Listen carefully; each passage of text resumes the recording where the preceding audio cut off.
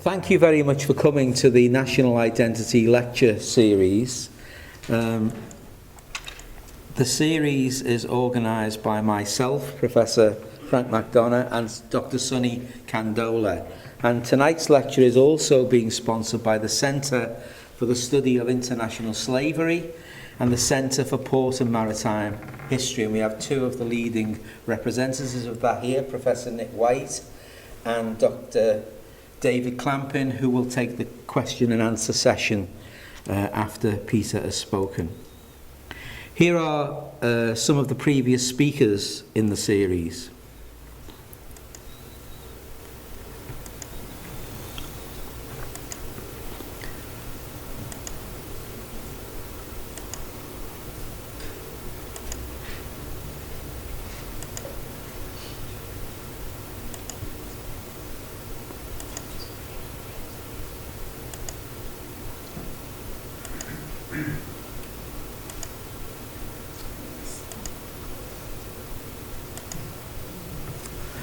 Tonight's speaker is Peter Frankopan. Peter was born in March 1971. He studied for his BA in History at Jesus College, Cambridge, winning the 1993 History Prize. He gained a DPhil at Corpus Christi College, Oxford. He was a keen sportsman at Oxford and Cambridge, gaining sporting blues at both universities. He has been a senior research fellow at Worcester College, Oxford, since the year 2000, and is the director of the Oxford Centre for Byzantine Research. He has held fellowships at Harvard and Princeton. Peter's Croatian roots can be traced back to the 11th century. He is the chair of a number of family businesses, including notably in the hotel trade. He is actively involved in several charities, mainly in the areas of gender studies, classical music, and international development. He chairs the Frankopan Fund, which has awarded more than 100 scholarships to outstanding scholars from Croatia to study in the UK, the USA, and elsewhere. Peter has written numerous scholarly articles on the Byzantine period. Peter's work has been mainly concentrated on the history of Asia, Russia, and the Eastern Mediterranean from late antiquity onwards. He translated the Alexiad by Anna Komnene in the Penguin Classic series, which appeared in 2009. Written in the 12th century, it's regarded as one of the classics of Byzantine literature. Peter's first major book, The First Crusade, was published to wide acclaim in 2012. It was described as an astonishing debut from a gifted young historian. It's been translated into Polish, Dutch, and Italian. In 2015, Peter published The Silk Roads, A New History of the World with Bloomsbury. Drawing on sources from 15 languages, this monumental book examines the importance of the Silk Roads, which conveyed trade, slaves, ideas, and religion. Peter suggests that instead of seeing history as a Eurocentric triumph of the West, we should appreciate that it was the East and Asia that fundamentally shaped the world that we live in today. And I suppose he's anti the kind of Eurocentric view of history. And we all know the Eurocentric view of history. There is the famous joke of Captain Cook, that when he arrived in Australia, there were 10,000 Aborigines on the beach who looked at each other and said, "At last, we're discovered." Only an historian of astonishing talent could have even contemplated attempting a book such as this with its breadth and its scope. It's not surprising that The Silk Roads has made a huge impact. It was an international bestseller in 2015 with rave reviews in all of the major newspapers. And I'm not just talking about Britain here, I'm talking around the world. Here is what the reviewers said about The Silk Roads. Breathtaking and addictively readable. tightly researched, invigorating and profound, dazzlingly good, full of intriguing insights and fascinating details, bold and ambitious, beautifully constructed, a terrific and exhilarating read, a new perspective on world history, an exhilarating tour of 2,000 years of history. Can we give a warm welcome, please, to one of the outstanding young scholars of history in the world, Peter Frankopan.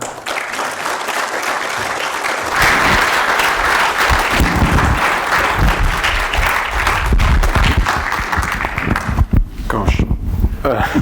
Thank you very much, Frank.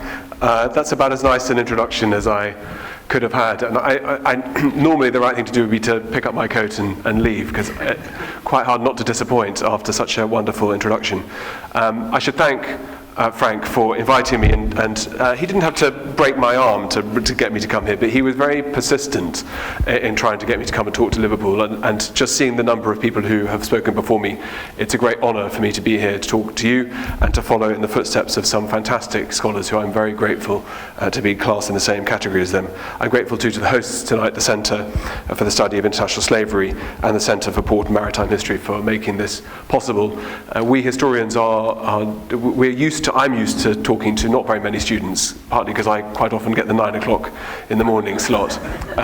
So I know that all of you have had to get here and given up other things you could be doing this evening, so thank you for choosing me over your other commitments. So I'm going to talk for a bit and then have some questions. But here you've seen the cover of my book already. I'm going to talk a little bit about history, but a little bit about a part of the world that doesn't mean much to most people. And I'll explain why I think it should, and what it is that maybe how we should look at history in a slightly different way as a result. So when you hear the word Silk Road, people normally hear we think about it in the singular. But at the moment, the Silk Roads are everywhere. You cannot open the newspaper. Well, today is a bad day because we're talking about Brexit and Boris Johnson. But at the moment, as a historian, it's very unusual to find yourself caught in the middle of something that is new and current and present. Normally historians work, even people like Frank working on the 20th century, it's unusual that on a daily basis that people start coming up with a Third Reich. There'll be little flashpoints, but at the moment the Silk Roads are everywhere. Here's just a selection of headlines that you can find in any of the series of newspapers I picked from The Guardian, from the Financial Times, The Diplomat, which is where all of our finest from the Foreign Office and their colleagues, The Economist. The Silk Roads are everywhere. The Silk Road is the sort of zeitgeist of the early 21st century. And there is a very good reason why that is the case, and I'll explain that right at the very end. But the Silk Roads, just to show how it's unusual for me to come from the Bodleian Library, this wonderful building in the centre of Oxford, and find yourself not just interpreting the world around you, but who I'm interpreting alongside. I did look at people's shoes when they came in. These are the Nike Silk Road trainers. Smash hits of late 2015. When my book started to do well, I got in touch with a friend of mine who's the head of marketing at Nike in the UK, and I said, I'm going to give a lot of talks at places like Liverpool, John Moores, and I would love to be able to point at my own feet and say, I'm wearing Nike Silk Road trainers. And do you know what she said? She said, these are the sellout shoe of the year. I can't get hold of a pair. So Silk Roads are not just the newspapers and not just economists who need to know. In the fashion world, the Silk Road is there, it is now. Not just fashion, also this is the Poivre Samarkand influence. Oh, by the way, these colours, these are chosen by Kobe Bryant, the NBA basketball star, and his press release says he came up with this look and colour because of the sense of people connecting across the Silk Roads over history. That's what he said anyway. Poivre Samarkand, the signature sent from Hermès for 2015. This one is inspired, according to Hermès, by the notion of caravans and exchange of merchants. And those of you who spent time on the Silk Roads, or in fact those of you who spent time anywhere hot, will tell you that you do not generally want to smell like merchants or camels. But this is available at all good boutiques. I'm sure you can find a bottle if you want. And then the great underrated, for all of his faults, the great interpreter of what is currently in vogue and in fashion. We have a very distorted view of the world. That's what my lecture's about. But here we are. Vladimir Putin, who understands the zeitgeist better than anybody. He's a consummate politician. We underestimate Russia, we underestimate the Russian government, we underestimate those who are pulling the levers behind the scenes in Moscow because of our ignorance. I'll explain that in some questions if you like. But Putin, instead of going to Cornwall like David Cameron or to Ibiza for his annual break, Putin said he was going to give up his summer holiday so he could explore the cities of the Silk Roads. And here he is just about to go into submersible to go looking like a James Bond villain in a classic Roger Moore safari suit, where he surfaced. He quite often goes diving in the Black Sea. Putin 2 years ago came up with two perfect 3,000-year-old, perfectly intact 3,000-year-old amphorae.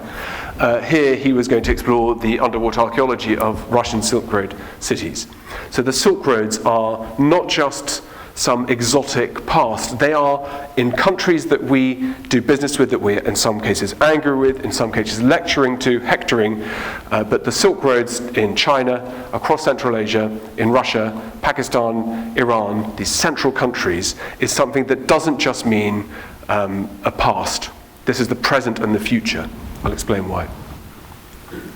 So when we talk about the Silk Road, it's the sort of thing that you sometimes get through your letterbox on Saturday morning. Would you like to travel along the Silk Road? For 2 weeks. You can start in Iran, perhaps, and go through countries that are deliberately not on this map, because I give my students prizes if they can tell me which one is Uzbekistan, or Kyrgyzstan, or Turkmenistan. And generally they start laughing. But they're all stans. Well, for example, Turkmenistan, which I don't have a pointer on here, but just the Caspian Sea, the bigger, I can't even jump up, the Caspian Sea, to the east side of the Caspian Sea is a country called Turkmenistan with a population of about 5 million people. Unemployment rate's about 65-70%, but they have the third largest natural gas reserves in the world. Trillions of cubic meters that are now being transported along pipelines to energy-hungry countries where the populations are 1.2 billion in India and 1.3 billion in China. And so, although it seems to be an exotic world, disconnected, where we think of Marco Polo and of a road that works from east to west, there are more interesting and better ways of trying to understand these connections across Asia.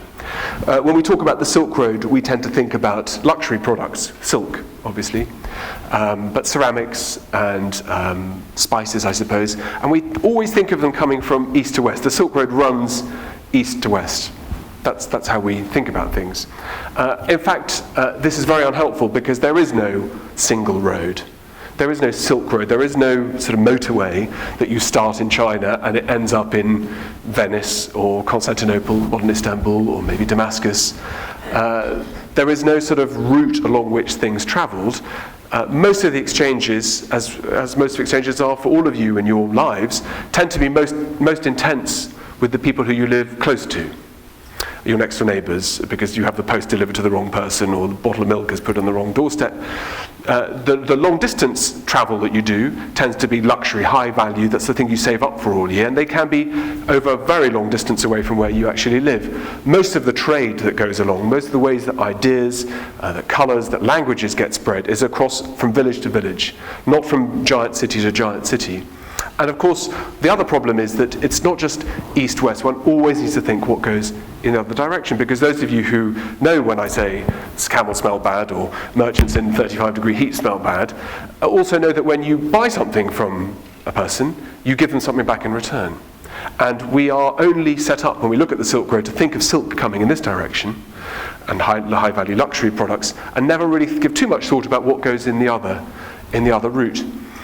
So this Silk Roads are multiple connections. It's a web of contacts, of communication nodes that goes east-west, west-east, but also north-south and south-north. So try and shed that idea of a nice Silk Road holiday led by some smart-ass Oxford Dom on a holiday. I can give you the brochure later.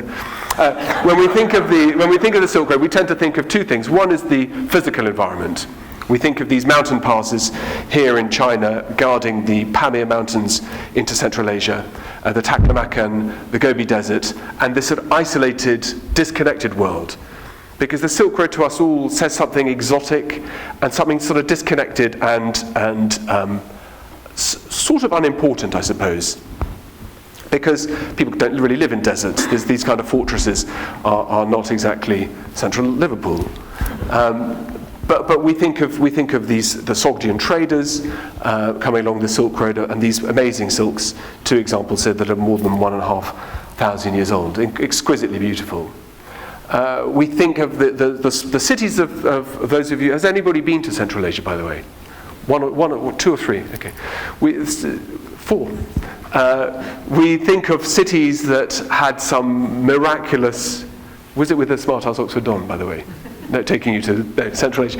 This is in Samarkand. We think of these cities that we don't know a great deal about. We don't really think, how did Samarkand come and go? It just sort of had a brief flourishing that made it it must have something to do with Tamburlaine, I suppose. And these cities, they sort of grew for a slightly random reason to these pearls of beauty, and then they faded and are now irrelevant. Again, Samarkand. These beautiful colours, ornate buildings, marking, as you know from Liverpool, buildings come with prosperity. That's the key, really. Here, a city that no one would think of as being an example of beauty. This is Herat in Western Afghanistan, a country now that is synonymous for my children's generation with violence and extremism and fundamentalism. Here, Herat, which once upon a time was one of the great global centres of learning. Here, slightly fuzzy, the walls of the great city of Bukhara in Uzbekistan, and here of Khiva in Uzbekistan. So the Silk Roads are something that are exotic.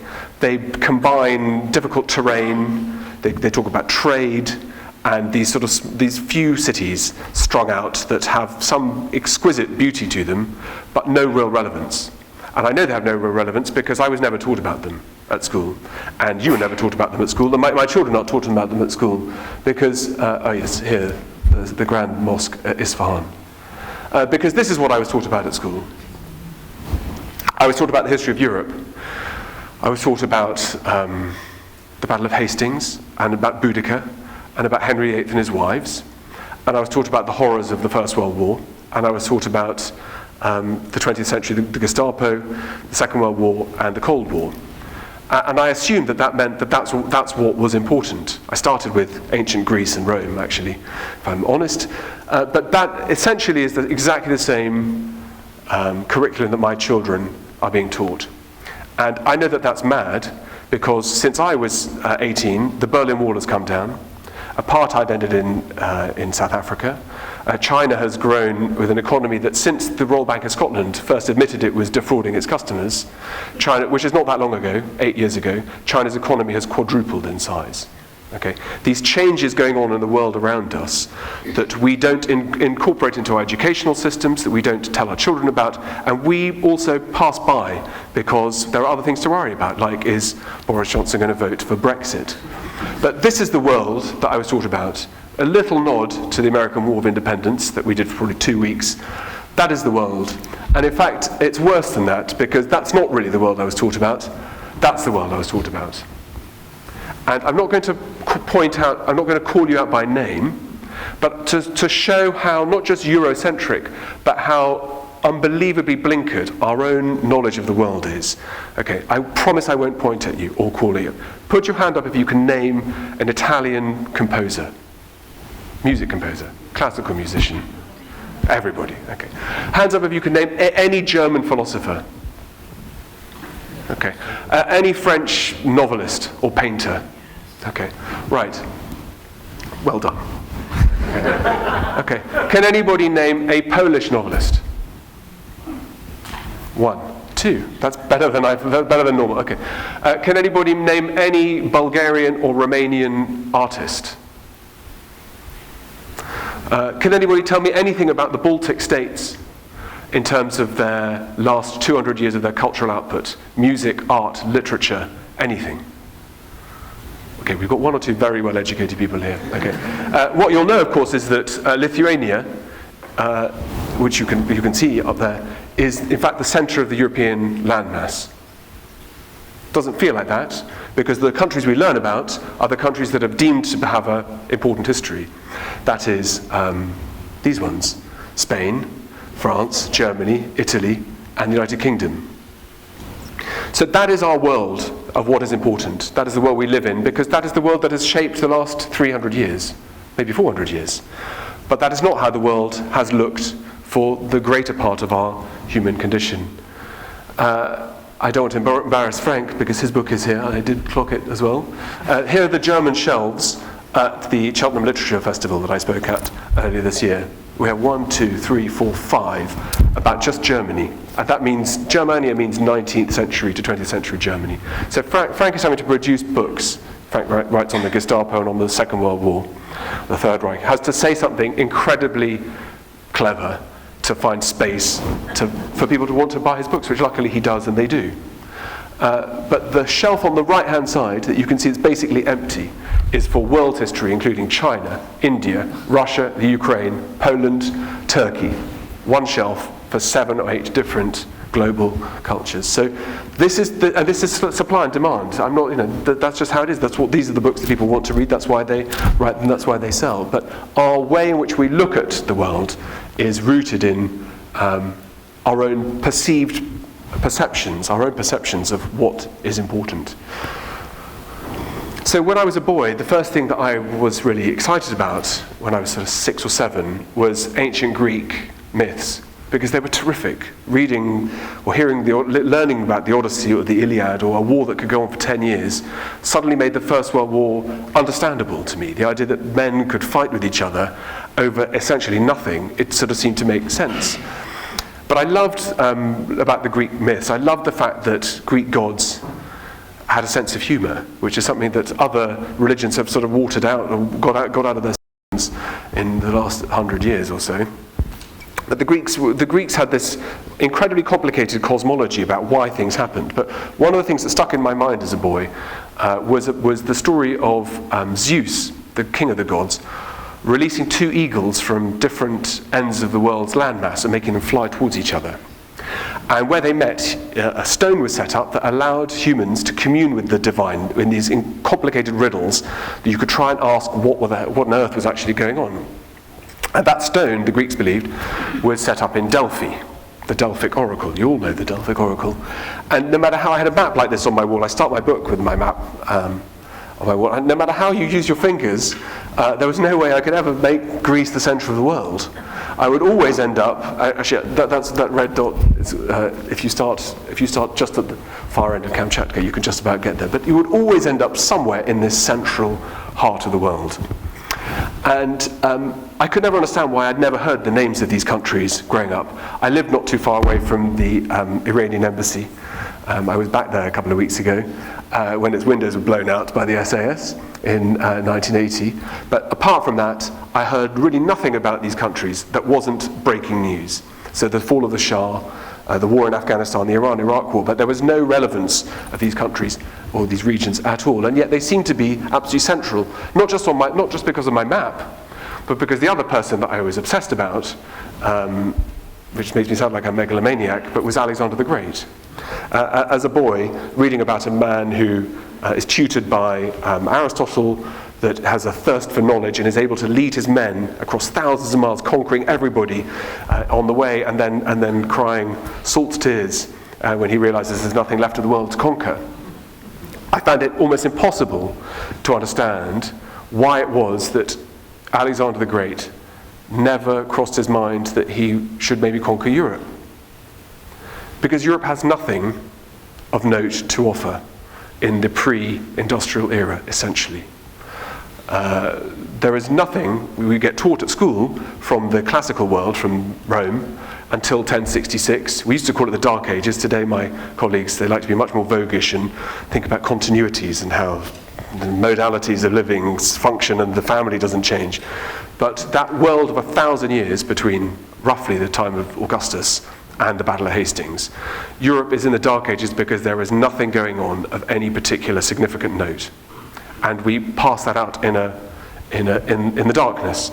And why that's significant is that there are lots of things going on in other parts of the world. But that story of Europe's rise, of these great cities like Liverpool, Bristol, London, Paris, Barcelona, Naples, and so on, is really very, very recent. And I couldn't understand this disconnected world that I was taught about even with Rome, where the Roman Empire because of Asterix, I'm not even joking, because of Asterix and Gladiator, which is one of my favourite films, we tend to think that, and because of the European Union and those, the politicians who like to think that they're the heirs of Rome, we tend to think of the Roman Empire as being a European continental power. The European Union is somehow a sort of heir of Rome. The Holy Roman Empire, Rome, it's constantly being invoked by the European Union as being a kind of precursor. This is the latest generation. We don't have emperors anymore.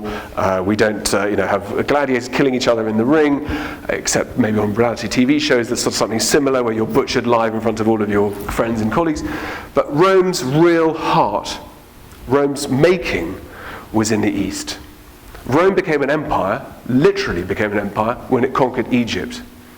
And the most productive part of the Roman Empire was this strip of North Africa that today we would never think of. When you say you're going on holiday to the Mediterranean, generally people do not think the Mediterranean includes Northern Africa. We think of this as a different world. Migration from the other side of the Mediterranean doesn't count as migration from the northern part.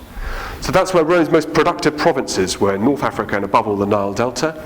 But Rome's focus, its entire gravitational pull, was on the east, towards Persia, the Parthian Empire, because the Empire of Persia was the first place where, in the lands of Mesopotamia and in what's now Iraq and Iran, the first place where human beings, our species, learned how to cultivate land.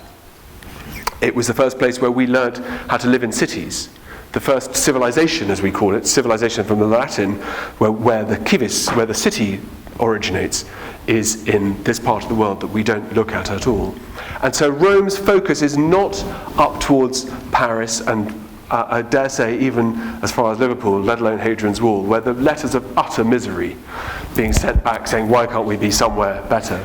Rome's orientation was all towards the east. The most important provinces, from a military point of view, from its tax-raising point of view, are all in these places like Egypt, Palestine, Mesopotamia, Syria, exactly where the wars are that are going on right now in the Middle East. And it seemed to me as a boy, as I got older, that the place one would want to study would be where most exchanges happen. And it didn't take me too long to realise it's a little bit messy, my map, but this heart in the middle, this bit where it says Mesopotamia, is essentially where all of our major global religions have risen and shaped themselves. So again, we think of Christianity as being something that's European. We think of ourselves as a Christian country, but Jesus Christ was speaking a Semitic language and was born out of Judaism and out of languages that are not related to what we call Indo-European, which again in itself betrays the idea that we have ourselves come from the East as migrants once upon a time. Islam, it's true, rises in Yathrib, renamed as Medina, and Mecca, but the heart of the great Islamic empire that follows after the death of the Prophet Muhammad is all centered on this central square on the board, this bit between Iran and Iraq. It's like a magnet that pulls Christianity eastwards, and it pulls Christianity eastwards much faster than it does into Europe. So in this city here in Kashgar, on the western extremity in modern China, there's an archbishop, before there's an Archbishop of Canterbury. 1,500 years before there's the first Christians in America, God's own country, where no politician is able to finish a debate without invoking the divine. We have Christian, thanks for laughing, I mean, that's just how it is. There are Christian bishoprics scattered, littered across Iran, Iraq, Afghanistan, Uzbekistan, in places where our own debt that we owe to these countries and these regions is seldom ever acknowledged. Islam sweeps along these same connection routes, these same transportation hubs, dragging merchants who bring ideas, dragging preachers, evangelists, and our equivalents of you and me 2,000 years ago, 1,500 years ago. People who are keen, like the reason you're here today, to hear new ideas. That's what makes us interesting, I think, as a species, is that we are able to cooperate with each other, but we're also curious. We like to learn from each other. We don't always have to agree with each other. And the reason a rational person will listen to ideas and then decide what they'll take on for themselves, and our predecessors were no different. And particularly when the ideas of salvation, what is life all about, Those are the kinds of things that people talk about and sing about and write poems about since the beginning of time. That's why when I went this afternoon on my own medieval pilgrimage equivalent to the Cavern Club, what is it about these songs that is telling us something that is specific? And we were listening, we had somebody who sang "Can't Buy Me Love," and Frank said, these songs, they are telling us something about the human condition, about what is it about us that unites us. And this part of the world is where the greatest levels of exchanges have happened over time.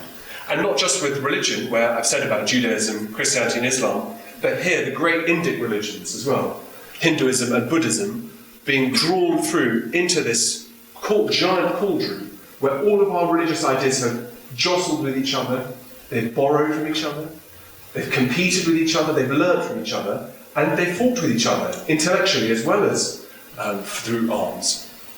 And that cauldron is not just where religions and goods are being exchanged, it's where genes are being carried. These Silk Road that I talk about are gene corridors. We can track, thanks to the genius of scientists and the accuracy of genome projects, we can track human genes that are being spread from community to community. We can track some things that I got most excited about that my children thought that I got mad, about pollen counts, about copper smelting pollution levels, and about the spread of walnut trees. You can use biology to track how humans have changed the environment, for the good, for the bad, how they've adapted the world around them to make it more efficient.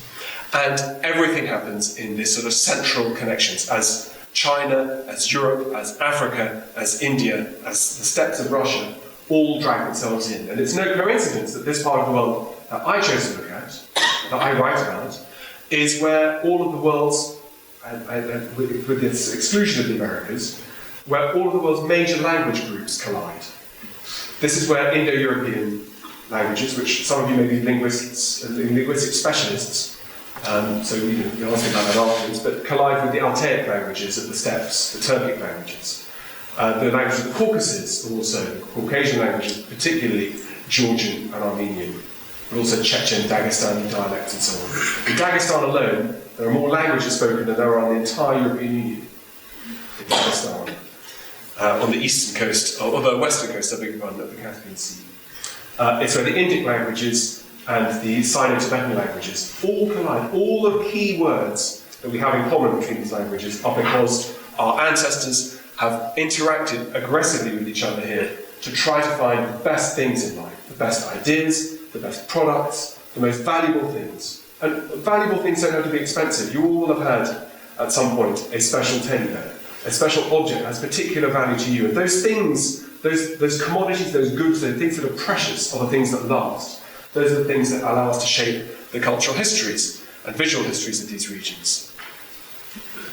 And to show how off-centre, I think, our view of the world is, here is the, in green, around about, well, roughly about the century after the death of Muhammad, where the Arabs swarm out of Saudi Arabia, what's now Saudi Arabia, and fan out across these connectors. And they reach the Himalayas and essentially the border with China, and they come right the way up through northern Africa, into Spain, and up into central France. And by doing that, they connect two giant empires together. The most productive provinces of Rome, together with the great old Persian Empire, fused under what, to start with, is a tolerant, relaxed, calm, incredibly rich world, materially rich world. The first Muslims are not interested in flaying people alive, in crucifying them, in torturing or beheading Christians and Jews. On the contrary, in the Islamic tradition, in the Quran, specific protection is given to those people of faith, particularly those peoples of the book. The first Muslim garrisons for the first 100 years are established well out of the city centres, where deals are done with the local Christian and Jewish leaders that allow mutual respect between the religions. And if you look at the inscriptions outside the Great Mosque in Damascus and in Jerusalem, they don't just talk about Christian respect, they talk about Jesus Christ as the Son of God in Arabic for Muslims. They talk about Mary being the Mother of God, who is worthy of particular, a Mother of Jesus, Son of God, worthy of particular respect. In early Islamic worlds, We talk about a world that is forgiving, that is compassionate, and is confident. Because you don't build an empire like this unless God is protecting you. And we know that because that's how Christianity was spread by British missionaries across the world too, in 1700 and 1800. Exactly the same thing. With an empire that is thriving and growing, it stands to reason it has God's protection. And this world that is set up is like a jet engine being switched on, of the amount of money that is being sucked back into build cities of a size and scale that is unimaginable within a European context in the 7th and 8th century. So at a time when London, I'm afraid I don't know about Liverpool in the 9th century, because I think, if I'm right, Liverpool doesn't really feature anywhere until 1100. But London has a population probably about 10,000, Paris maybe 15,000. There are margins of errors in these things. The biggest city by far in Europe at that time is Constantinople, with a population of about 300,000, by far. The next biggest city in Europe has a population of 30,000. At that time, Baghdad probably has a population between 1.2 to 1.5 million. The cities that start to grow, some of those cities that I showed you pictures of, Samarkand, Balkh, Merv, Nishapur, Herat, Kabul, places that are extremely obscure to most of you, synonymous in many places with violence, places like Fallujah, Kabbalah, Damascus today, Aleppo, Mosul, one of the cities tragically that's fallen to ISIS. These were, for 400 or 500 years, the world's greatest centres of learning, where scholars were drawn from all parts of the world to come and study, whether it was on optics, whether it was measuring the circumference of the Earth to within 20 feet, whether it was to work out what the difference is between your eyes and your consciousness, and what the difference was between your consciousness and your subconscious, to work out what the laws of algebra should be, and how one could integrate the concept of the number zero, the null entry, into number systems, to poems and music that were exquisitely beautiful. And the reason why that happened, well, there are two reasons. One is because if you have money, you can pay for universities, and you can build buildings like this. You can fund scholars like me, like Frank, like my host this evening, to come and research, and to come and write, and come with ideas. And if ideas are no good, then they disappear and people forget them. And if they are good and exciting, they invigorate the next generation of scholars. And the texts written at this time, or the ones that I just were passionate about reading, because I remember as an undergraduate being asked by my tutor to read the Nicomachean Ethics. He sat there. We don't do it anymore like this, by the way, at universities. Now we have to send out emails with PDFs and lengthy reading lists numbered about which one you should read first. My tutor said, look, just start with something written in the 1950s and work out from there to understand Aristotle. And I remember sitting in the library thinking, I cannot make head or tail of any of this stuff, because it's incredible. I'm aware that Aristotle is clever. I'm aware I need to try to understand it. And I read a text written in about 800 by Ibn Sina, Avicenna we call him in the West, where it was almost like reading, it was almost like looking in the mirror, where he said, look, I've been told that I have to read this stuff by Aristotle. I cannot understand it. I'm aware that he's saying something incredibly clever. I just can't quite grasp it. He said, but I did go the other day into the market, and I got talking to an old man who then ran off into his house and came back with a book that explained Aristotle, and it was like the light bulbs being switched on. I suddenly got what this is all about, and it all made sense, and it opened the gateway to me. And this world was uninterested in Europe. Uninterested because Europe had nothing really to offer at this time. The texts written in between 800 and 1200 are all the kinds of things that I imagine are written by hedge fund managers in New York who've just made huge fortunes. And where should I buy the best figs? What should I offer my guests for dinner if they've had everything else that my next door neighbours have offered them? Where will I find the best saddles? What makes arrows fly faster? Where should I buy them? The money that's involved in this part of the world, because of the success of a tolerant empire and successful tax-raising powers, means that if there's something that's worth buying, they can buy it. And Europe is aware that there's enormous amounts of cash sitting here to trade. They want to buy spices so the food tastes good and you can preserve it for longer. They're interested in spices because of pharmacopoeia, so for medicinal reasons, spices are important, and so on, frankincense, etc. Fumigation, purification. If they want to buy the highest levels of ceramics and pottery, there's nothing in Europe that we have to trade in return, in particular. And that's why it's called the Dark Ages, because the engagement with China, with India, with the Arab Empire is essentially meaningless. And the Arabs, they worry about this. They write about it, and they say, in one of my favourite texts by Masudi, a great geographer, he says, I'm going to explain all the different peoples of the world, and then he gets to Europe and he says, there's just no point me wasting paper on these guys. And he says, well, I'm anxious about why. And he says, he says, we can't understand why it was that once upon a time we venerated the Greeks. Euclid and Ptolemy and the great mathematicians, Pythagoras of ancient Greece, are incredibly influential, and they're known about all over northern India and this part of the world, and revered. And he says, well, we can't understand what has gone from Europeans asking questions and making advances in sciences, and now then there's no interest. And we find the answer in St. Augustine, one of the most important church fathers, Christian church fathers, who says, bluntly, it is not the role of man to investigate God's will and God's work. You shouldn't ever ask too many questions. You should accept what is fact.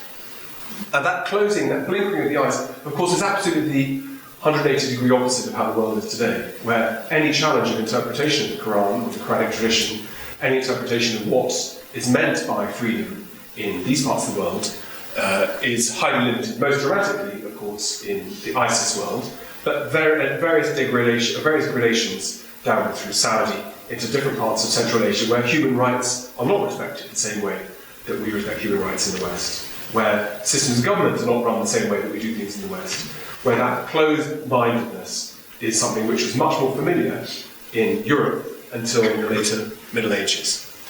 But one thing, just to show you why our history is configured wrong, and I choose my words carefully in Liverpool, is that the one thing that we did have in Europe in plentiful supply, we sold amber and falcons and swords. The one thing we had in large numbers were human beings. When we talk about the slave trade today, we tend to think almost exclusively in terms of African slave trade, a transatlantic slave trade. But unfortunately, man's willingness to enslave other men and women is one that has a very, very long pedigree, as those who studied ancient Rome and any ancient systems in the Americas and any parts of Asia and Africa will know. And Europe is no different.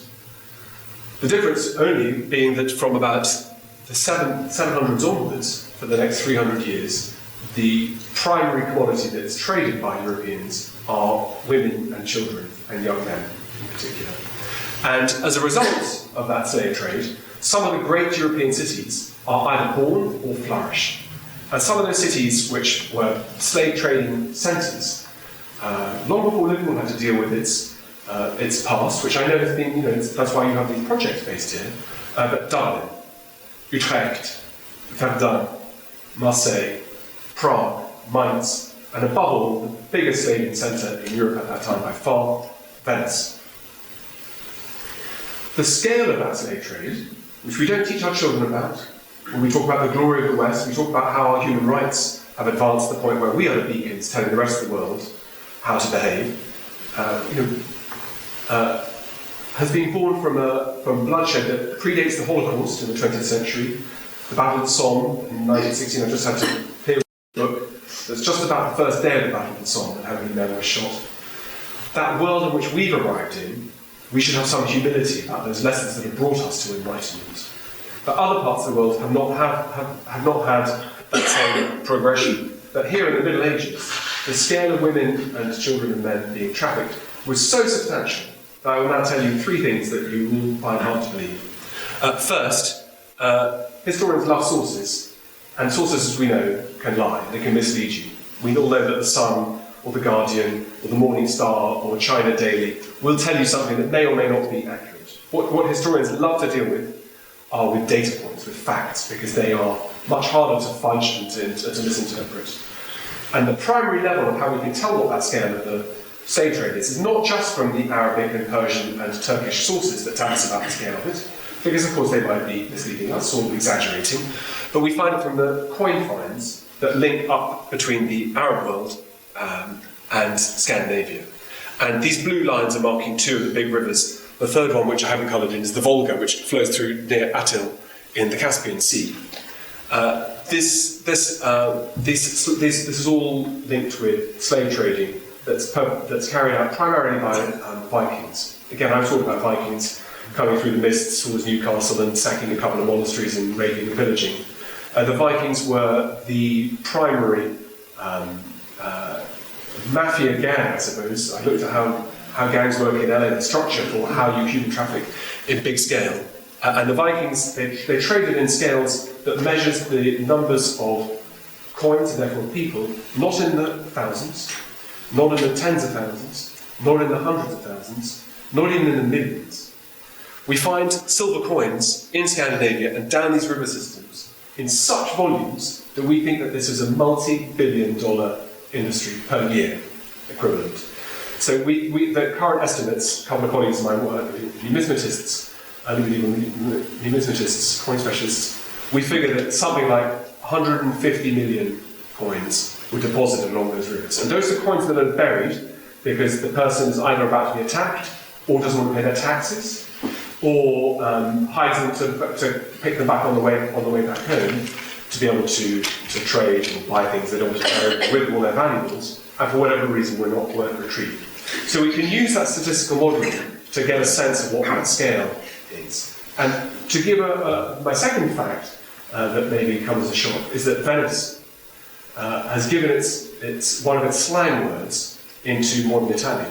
So does anybody know what when you meet somebody in Italian, what do you say to them? Ciao. Does anybody know what ciao means apart from hi? So ciao in Italian is from the Venetian slang schiavo, means I'm your slave. In the same way that you would imagine that people would make inappropriate jokes about people of colour, or people of different gender, or people of different religion. It's the same sort of bad joke that's carried on. And the third fact is that, can anybody tell me what this world is called that lies east of Venice? What are they, the Croats, the Serbs, the Bulgars, the Russians, what do we call that world? Balkans. We call them the Slavs.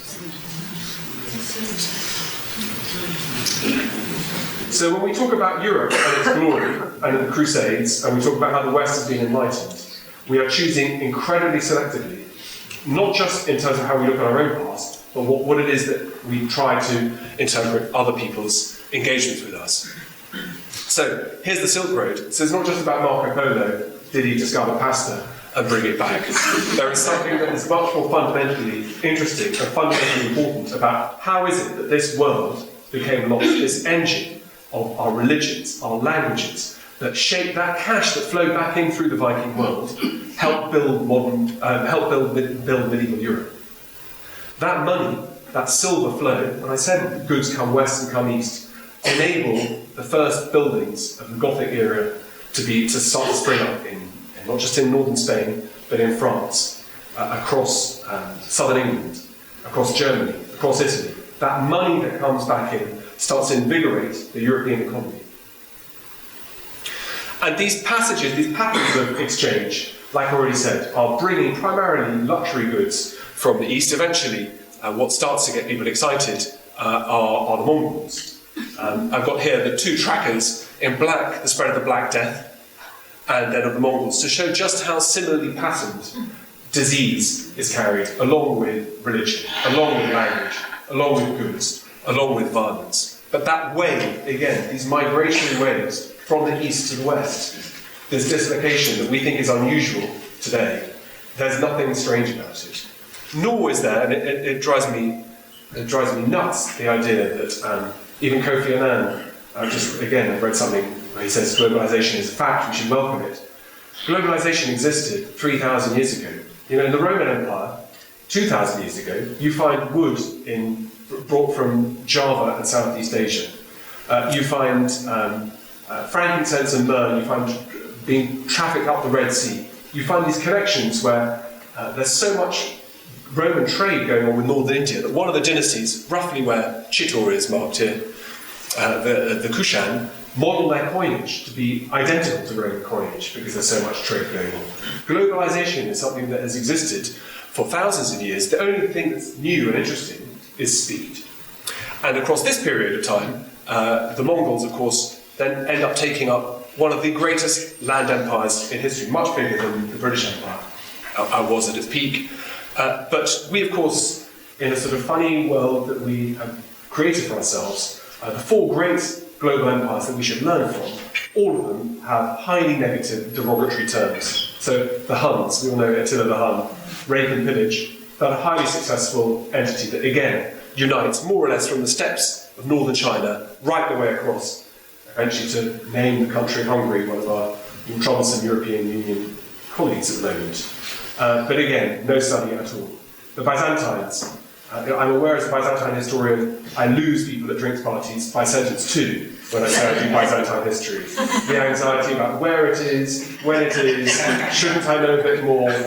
Although I do like in the United States, it's called Byzantine history. There, my first time when I was in the States, I was at a drinks party in New York, and I said Byzantine history, and the guy I was talking to said, business and industry. To which I thought, yeah, that's so the Byzantines, the word Byzantine I have on Google Alerts, it pops up every time it's used in the Houses of Parliament. And it's used all the time, much more frequently by Conservative MPs trying to show off. The Byzantines ran an empire that lasted more than 1,000 years across multi-climatic, multi-language, multi-ethnic, multi-religious groups and functioned incredibly well. Maybe we should learn something from the Byzantine world. The Mongol world, again, hugely tolerant, incredibly progressive, highly sophisticated in its tax-raising abilities and its willingness to tinker with tax rates to stimulate trade, functions from the time of Genghis Khan. I worry about this too. He didn't do much, Genghis Khan, by the way. His sons are the ones who built that empire. Functioned from about 1200 successfully for the next 500 years. And in fact, again, because of how we've chosen to change even basic words by adding a single letter, by calling it Mughal India, ooh, that's a nice show at the Victoria and Albert Museum, or lovely diamonds and so on. This is a Mongol world. This is a Central Asian world where the tomb of Humayun in Delhi, the Taj Mahal, classic Central Asian architecture models. That world that exists outside of our eyes because we choose to ignore it and not study it. And here, even in Liverpool, you're lovely. I love coming to Liverpool, by the way. So I was a Liverpool fan as a boy, and I'm not even joking. I probably lost half of you now. As a Liverpool fan as a boy, I swear to God, I used to put on my Liverpool red kit every time I knew Liverpool were playing in London, in the hope that maybe one of the players was ill and they'd needed a spare. But even here in Liverpool, I've just got some examples of that expropriation of a past that we choose to claim as ours. So somehow Britain, here in Liverpool, I'm not just blaming Liverpool, choosing these great classical models to say we're the heirs of Rome. Somehow that connection with ancient Rome, these columns at the Adelphi Hotel, in St George's, these are all models that we take as ours because neoclassicism, we are the heirs of something that's gone before us. And that, I think, I think that's highly questionable. I think if you defrosted a frozen Roman from 2,000 years ago and told them that Britain, France, Germany, Italy and Spain were somehow the centre, particularly Germany, France and Britain, were part of the sort of centre of the world, they would have choked on their vino. But even here in Liverpool, not just the expropriation of a fake classical past, linking here buildings built all in Liverpool in the 1800s, bypassing more than 1,500 years of architecture before, because it's much easier to say we're heirs of Rome, nearly 2,000 years away, and nothing that happened in the middle was worth making our great buildings on. But even to show how places like Liverpool have been born out of the Silk Roads, because of course, although Liverpool's primary trade was transatlantic, that whole concept of opening up of the Atlantic in the first place was, as you all know, Columbus attempting to find a new way of reaching India. Because Europe, Britain, the Netherlands, Spain, France, and Portugal, the great beneficiaries of the age of discovery, were all at the wrong end of the world until 1492, or in Portugal's case 1498, when Vasco da Gama sailed around to India. We were at the wrong part of the world. And through the great fortune of finding that across the Atlantic was a new continent, 2 new continents, that suddenly meant that the geography of Europe changed. That instead of just looking towards the east, there were ways in which goods, foods, products, people could be trafficked across the Atlantic. And in fact, to start with, everything was dragged back out of the Americas and recycled to pay for things to buy from India. So, for example, the single greatest silver strike in human history at Potosí in Bolivia, helped generate so much silver that it made Europe rich, but it made the new rich in Europe suddenly able to buy ceramics, spices, silks, the kinds of things, exotica, that then stimulated the economies in India. So, as I say in my book, it's ironic that the treasures of the Indians that Columbus found, his successors, that took it all away from the Inca and from the Aztecs, built the jewels of India. The Taj Mahal, the great cities in northern India, in Rajasthan, in Jaipur, Jodhpur, Lahore, cities that grew around about the same time that Liverpool did. Their moments of glory from 1700 onwards, absolutely because of this globalised trade world that we live in. And here in Liverpool, one of the most important things that we did here in the city was to insist on the abolition of protected trade for the East India Company in 1813. You all know this, I know that you know this because it's where you live. But by insisting that trade shouldn't be protected and monopolistic, Liverpool was saying, we want as a city to be part of a global competitive trading system where even Liverpool was able to send ships like this one, the James, hang on, it's there, it's going to come to me, the famous ship that burnt in the docks here, it'll come back. But the packet ships that sailed out of Liverpool, travelling towards the new worlds in the Americas and in Australia and into India, were part of that replication of the Silk Road network that Britain could control. So until 1971, you could effectively travel on Britain's own Silk Road without leaving Britain's territories, sovereign territories, travelling through Gibraltar, hopping down through Cape Town, up through Aden, across to Mumbai, then so 1947, the big one, then through to Ceylon, on through to Hong Kong. Building a new network that we could control was a way of rivaling those great silk roads across Central Asia. And to give just again an anecdotal sign of how that world of the Asian silk roads have changed our own country without us realising, is that I could never quite understand why we always call her Queen Victoria, and yet she was the Empress of India. I could never quite understand why she was one or not the other. And so I started to look into that and found out that when British envoys arrived at the great courts in India that were being funneled cash in huge volumes from the 1800s, 1700s onwards, the British envoy would typically arrive. So I'm here from London, I'm a representative of Queen Victoria. And then his fur-clad Russian counterpart would follow it with a 15-line introduction to say, naming all the different parts of the world that the Tsar ruled. And there was a furious argument in Parliament in 1870 about whether we should upgrade Queen Victoria to make her an empress. And it's before and after. And as you probably imagine, the kind of die-hard conservative with a small c faction were furious, saying that she's been a queen for 30 years, how dare you change? It's not good enough for foreigners to know she's not empress, they should jolly well shut up and make do. But eventually it went through Parliament and she was proclaimed to be an empress because it was important to be a global power at that time. How you look and how you are presented fundamentally affects how your standing is in the world. And I say that very carefully on the day where it looks to me, luckily Frank doesn't agree with me, but Brexit looks like a significant problem. How we're perceived in other parts of the world doesn't seem to worry politicians today, but in the 1870s it really did. What you look like to people who are your trading partners on the far side of the world is significant, is important.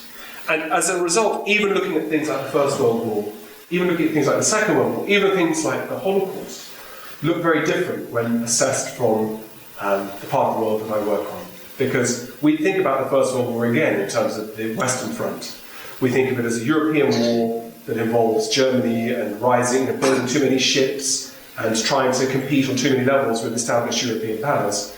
But there is a very important dimension about what the competition between Russia, particularly, and Great Britain looks like in Asia on the eve of the First World War. And the telegrams flying backwards and forwards through the chancelleries in July 1914 are not about Germany, they're about Russia. And they're about the British ambassador in St. Petersburg and in Constantinople saying, as the Russian army starts to mobilise, if Britain doesn't stand by its Russian ally now, Britain's empire is lost. Russia being putting pressure ever more on Britain's territories in India and on interfering in Persia, where although Britain didn't have a colonial presence, its control of both the Suez Canal entry points and the ports along the Persian Gulf were absolutely essential. So even things that we think of as being straightforward, the first one, you can't say anything new, you can find new not angles, because I don't want to be glib, I want to find new ways of trying to look at things, and to try to understand that other people, when we call it a world war, and honour our dead, who fought for king and country, how that looks in other parts of the world. You know, when we talk about the Crusades, for example, as George Bush did after 9/11, we talk about the Crusades to reform the health service, as Tony Blair called it. You know, Crusades are good things in our language. But every single one of Osama bin Laden's video and audio tape releases, every single one mentions the Crusades.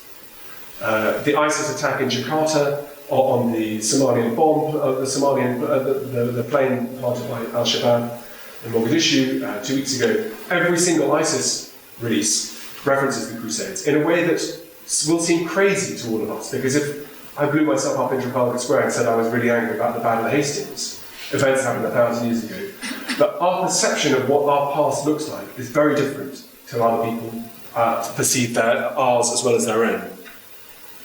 So these images of all people who are familiar with Ayatollah Khomeini, Bush under a slightly unfortunate mission accomplished badge, Donald Rumsfeld at the time, this was 1983, when the Americans were selling weapons aggressively to Iraq at subsidised prices to keep them, to prop them up in the war against Iran.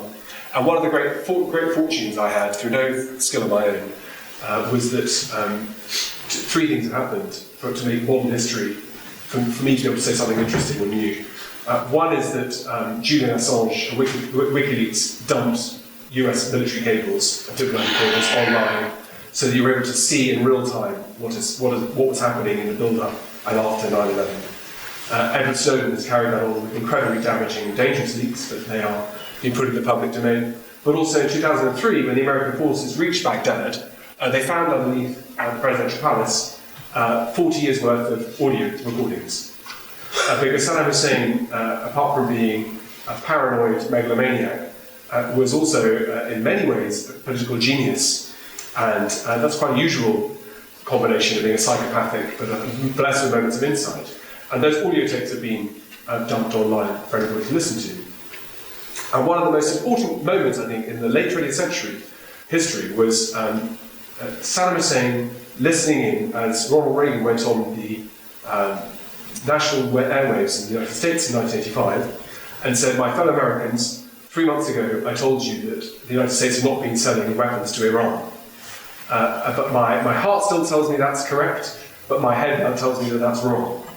And you hear Saddam Hussein listening to that broadcast, and then the ping as he turns the TV on. And he says, what are we supposed to do with these Westerners who just lie to us? They, on the one hand, give us weapons, but we find that they're then arming our enemies. And that process of looking that we are willing to intervene, to side with, to protect our own interests, whether that might be oil, if you're highly cynical, whether it's trying to do a good job at getting it wrong, we look in other parts of the world that we are very quick to fire the gun first and ask questions later. And that, I think, is, to an extent, what unites reactions to the West in different shades of colour, but from Putin's Russia through to large parts of the Middle East, ISIS, of course, being the most aggressive and the worst, but Saudi, Iran as well, Afghanistan, and through into China. That sense that the West doesn't have a platform to be able to preach, that its track record of getting things wrong is dramatic, and it's dramatically bad. That for whatever the horrors of Raqqa and Mosul, and however grotesque the brutal killings are, these are countries that haven't had professional armies until the 1940s. So they didn't perpetrate the Holocaust. They didn't kill 6 million people because of their gender, or their religions, or their faith. And other parts of the world increasingly start to look at our history and say, how was it that we were so keen to enslave? How was it we were so keen to fight? Because there is a link between the number of battles you fight and military technology. And the European experience since 1200 has been one of incessant warfare, eventually leading to the point where we developed weapons that were so powerful that we would all die if they were used. and other parts of the world that are highly imperfect. And I'm not an apologist. I'm not trying to tell you that we should, everyone, what these other countries do is terrific. On the contrary, there needs to be some humility about the respect that we need to have for their histories, that we actually bother to teach our children and our politicians who these people are. It is important that we do that. It's important that we teach the languages that enable us and our children to be able to read the great poems, listen to the great songs, understand the great buildings of these cultures, rather than expect everyone to be more like us. And so, just an example of how that world that I work in, maybe this is what we should be teaching in schools.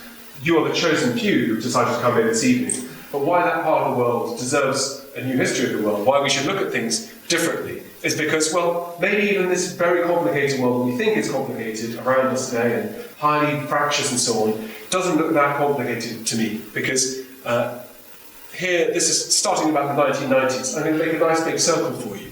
1990s, when Yugoslavia blew up as I think probably as a result of the unpicking, at least of the Cold War, probably unpicking of the end of the First World War, but we can talk about that too.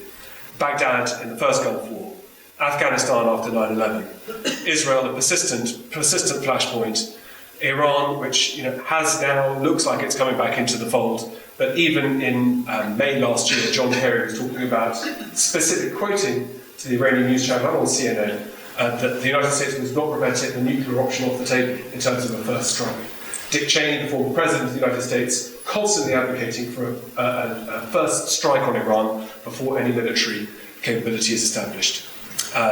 Most of us have forgotten the war in Chechnya and an invasion of Georgia by Russian troops, again, only less than 10 years ago. Northern Syria, of course, gone bananas. Ukraine, most recently, and northern Iraq now as well. Turkey, who knows which way the Turks are going to turn, having been begging to be let into the European Union for the last 20 years. It looks to me now that Turkey's future is increasingly going to be bound up with countries to the east and dealing with its own terrorist problems only a few days ago, recently in Ankara. Afghanistan, where despite the loss of all of our servicemen and the heroic conditions under which they fought, a resurgent Taliban that is now pushing onto the boundaries in Turkmenistan and then in Tajikistan, where the United States spent a $500 million program training Tajik officers, of which 2 are trackable and one of them is defective to the Taliban. So this world, these dots, these are the problems that are going on in the world, and we need to understand where they come from and what is going to happen next. And I'm not going to do my same guessing game, but I'd be very surprised if any of you can tell me a Russian contemporary artist or an Arabic novelist writing in the world today, or in fact any Arab writer in the last 200 years, or a Persian singer, pop star. Okay, we got some. Okay, but by and large, thank you. So it's not all bleak. We have some who are willing, but this is part of the world that we can't just close the pages on and pretend doesn't exist. It is important, and it has always been important. And the reason why it's particularly important is not just that it's destabilising.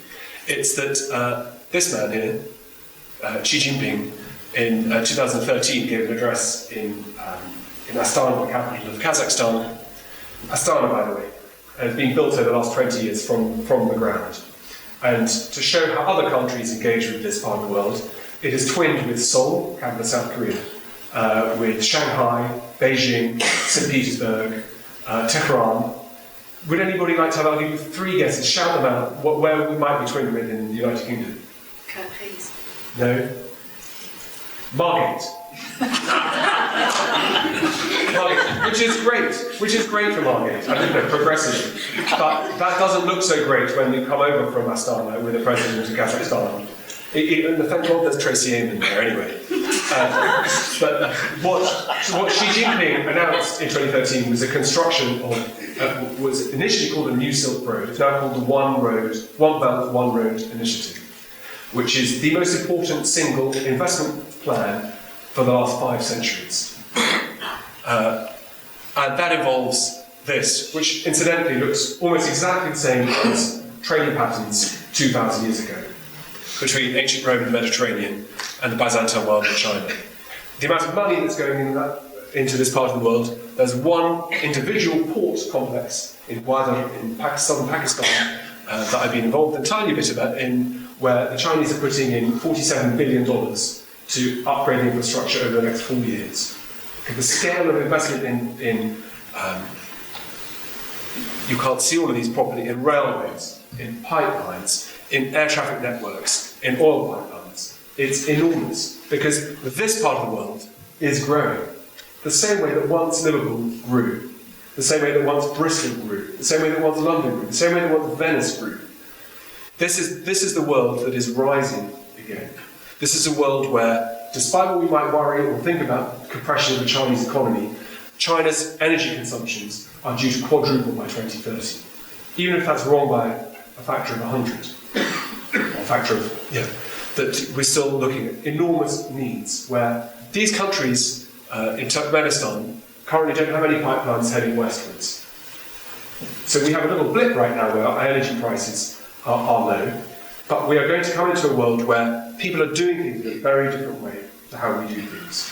People here are not talking about exiting unions, they're talking about joining up together. The kind of things that I get asked about when I'm in Pakistan or India or China is all about how do you make sure that when you cooperate with your neighbours that you can retain your identities? How do you find ways in which you can build prosperity together? Because the Chinese, who have spent the last more or less 100 years quite introverted, quite disconnected from the rest of the world, are now ravenous for information. They want to know who are these people next door to them. And they understand, like all of us do, that if you live in a big mansion, it's very bad for you and for the community if people around you are poor. It's much better for prosperity to happen, to spread it out as wide as possible and allow everybody to rise. That is the secret for the success of any state. So my book tries to take I'm not trying to knock over apple carts for the sake of it. Like any good historian will tell you, you follow the evidence, you follow the materials. I was very fortunate to be at a school where I was taught Russian fluently by the time I was 17, and I learned Arabic as well from my Russian teacher who had been in military intelligence. So I was very, very fortunate to be able to do that, to be able to read these texts in different languages. Because we teach our children Spanish and French and German, our children will know about France, Spain and Germany. There is a proper problem and a proper issue about how we educate in the next generation. And I can tell you, because I'm a governor of a school where we have now 3 schools in mainland China, other parts of the world, they do take the trouble to learn English. They do take the trouble to learn about the Battle of Hastings. They do try and work out what's important in our history and why. And why do we go quiet on the 11th of November? Why do we respect our war dead and then feel bad about other people respecting their war dead, like the lunatics in Raqqa? What is the difference between a war that is just for one side and not for another? And thank God we have scholars like Frank explaining why it is that in regimes like the Third Reich things go wrong and how quickly they can go wrong.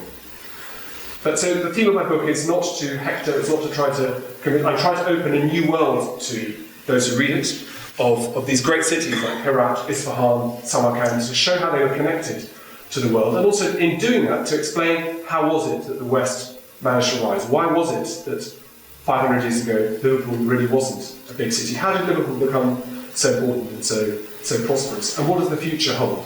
So that's a sort of taster of my book. If you don't have any questions, Frank says I have to sing, so please ask me. Please ask me some questions.